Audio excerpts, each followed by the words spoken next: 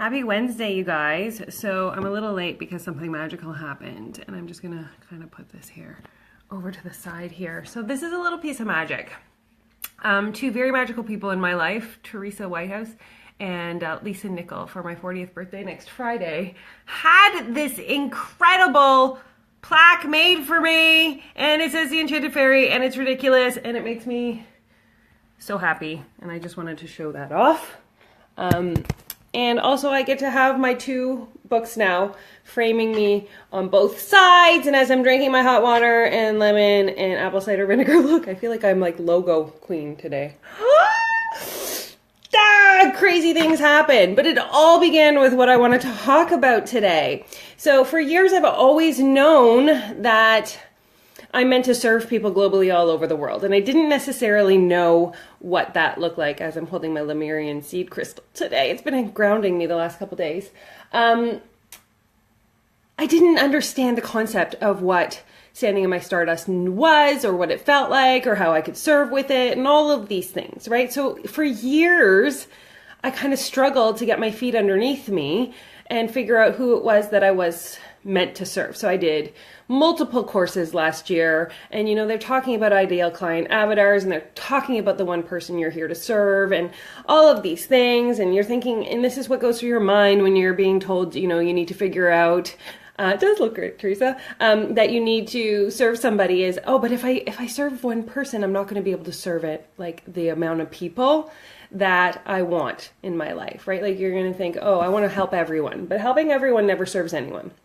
So the real key to success of me figuring out my Stardust and why it's so difficult to stand in it is because our story is our Stardust. And when I joined the author incubator in November, you had to submit an ideal reader, right? And I got to tell you a funny story is I kept wanting to do what I thought I wanted to do. So I would submit these ideal readers for people who were going to read my book and get what they needed out of it. And the first one I submitted, my answer back was, so you want to help single women with children in dating sites? And I was like, what the fuck? No, I don't want to do dating sites for single women with children. How did I get so wrong? Like, how did I get it so off that that was the first thing that was responded back? Now, I submitted two other ones about, you know, helping people figure out who they are and love themselves and all of this. And my mentor was like, Tamara, this is not it. And then the one thing that I didn't want to happen happened. I was in the shower, and the angels came to me and they said, Tamara, you need to write the book about mental health. And I was like, no, in a way, because I had said to myself, as we tend to do about our own stories or the things that we've lived through, is I've healed from this. I'm done with it. I don't want to have to go back into my past to rewrite this story because it's painful. And I don't feel good when I go back there. But here's the thing, when we step into our Stardust and we shine our light and you write out your entire life story, everything that you have been through has happened for you to be able to reach back and serve the person standing behind you. And when I started to work with the women in Becoming Me, which was from My Kid Is Driving Me Crazy, and they anchored themselves back into their bodies, into who they were, and no longer were living externally for all the distractions, so that because they didn't really want to deal with what was going on within, which I totally get because that happened to me too. But once we fully come back into our bodies, we tend to realize that there's something greater that we were put on this earth to do, right? And that chances are what we've lived through and all of the chaos and the disorder and the, you know, things at the time that felt like awful and I couldn't believe that would happen to me or whatever was happening for you so that you could work your way through it. And then once you had, how incredible is it that once you have done that work, you can turn around and say to somebody, you know what? It took me years to get here. Let me help you do this much faster. Let me help you do this in 2 months or 3 months and save you years of discomfort that I had to go through. What a beautiful gift that is. So when I say your story is yes, not happening to me, but for me, right? The story is the Stardust. So like even for me, I started with Becoming Me. So working with moms who have children with mental illness was my story, right? I'm a mom with a child with mental illness, and I knew I could serve with that. Now, in February, I downloaded the fact that I could do chakra readings, and I became an energy worker. And at first I was like, how the heck am I supposed to like do chakra readings to serve moms with children with mental illness. But I just kind of allowed Source to work through me, as I always do. Whatever I hear, I listen. And the more you listen to Source, the more they give you. So it's kind of like, why not? It's the best teacher that I've ever had. So even though I knew nothing about chakras and never studied them, didn't know what the frick I was doing, I just channeled. I just allowed to be a vessel here on earth and let Source flow through me, which was magical in itself. And because this became my story, right? My story became being broke, like creditors every day. Like, the times where your phone rings like 8 times a day and you see the 1-800 number and you just want to put your head in the sand and go like, I don't want to know. I don't want to answer these people. I was there, right? I was there. And so my story started to rewrite itself. And my story became being an energy worker and learning all about the different chakras and how stored energy from even childhood in there or living externally causes us to not be able to move forward in our path. And we tend to, again, fight our stardust. And the stardust is the key to all of our dreams, right? We are born into this earth with a shiny little piece of light. And when you step into it, so I was working with somebody yesterday, and as soon as I put her on the screen of my computer, I was like, holy hell, her stardust, it's like on fire right now. She was glowing. And she didn't understand because she was just talking, and I'm like, oh my God, I need to do something. She's like, what are you talking about? I'm like, I need to light a candle or something. And then when I've lit the candle, I'm going to come down and I'm going to tell you what I see. And she was like, oh, you're crazy, as most people think I am, which is good because I'm crazy in a good way. And so I lit this candle, I came down, I'm like, you're stardust. It is freaking shining so bright. And she was like, I know, I can't believe it. And so she had a meditation where she was bestowed by the angels with something so magical. And I said, well, here's the thing now, sister, that you're going to find is really awesome. And this is when you know your stardust. When you know it and it's shining, it is more uncomfortable to not serve with it than it is to just sit there and be like, I'm afraid.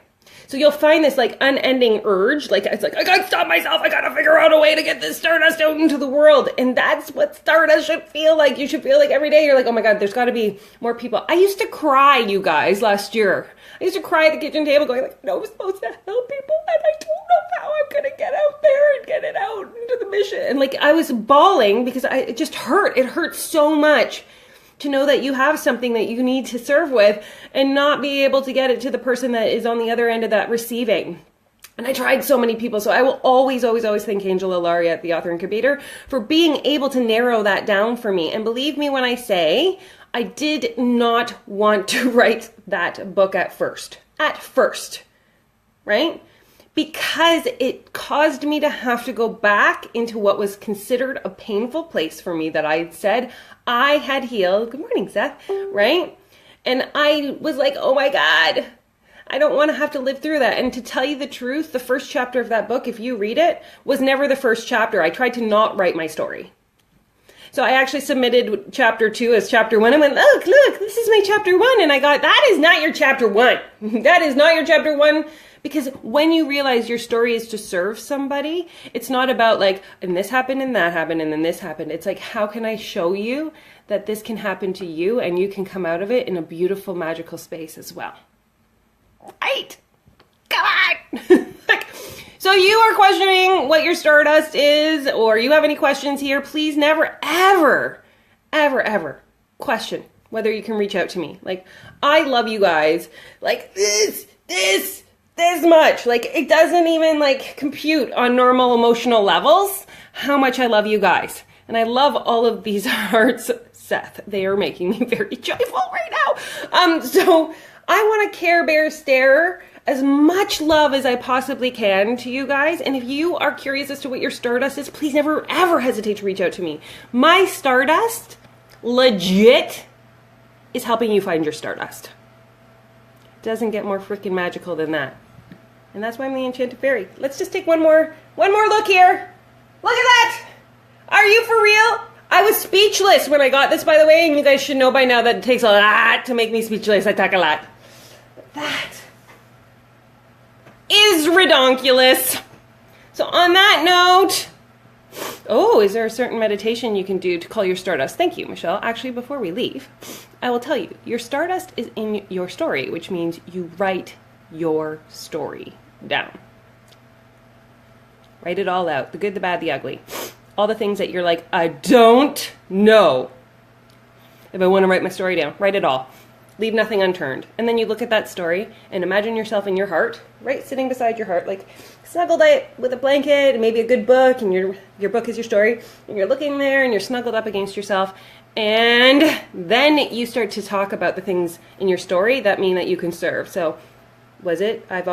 It's usually the thing you least want it. If you're feeling resistance, it's usually the thing that you want to run away from and hide, right? The one thing you think, ugh, I could never talk about this again, is usually where we start. It's where the Stardust story starts, right? I love you. You and you and you and you and you and you and you and every single one of you. I love you. And I will see you next Wednesday as I drink it. It's like chanted fairy love everywhere. Pixie dust. Have a magical Wednesday.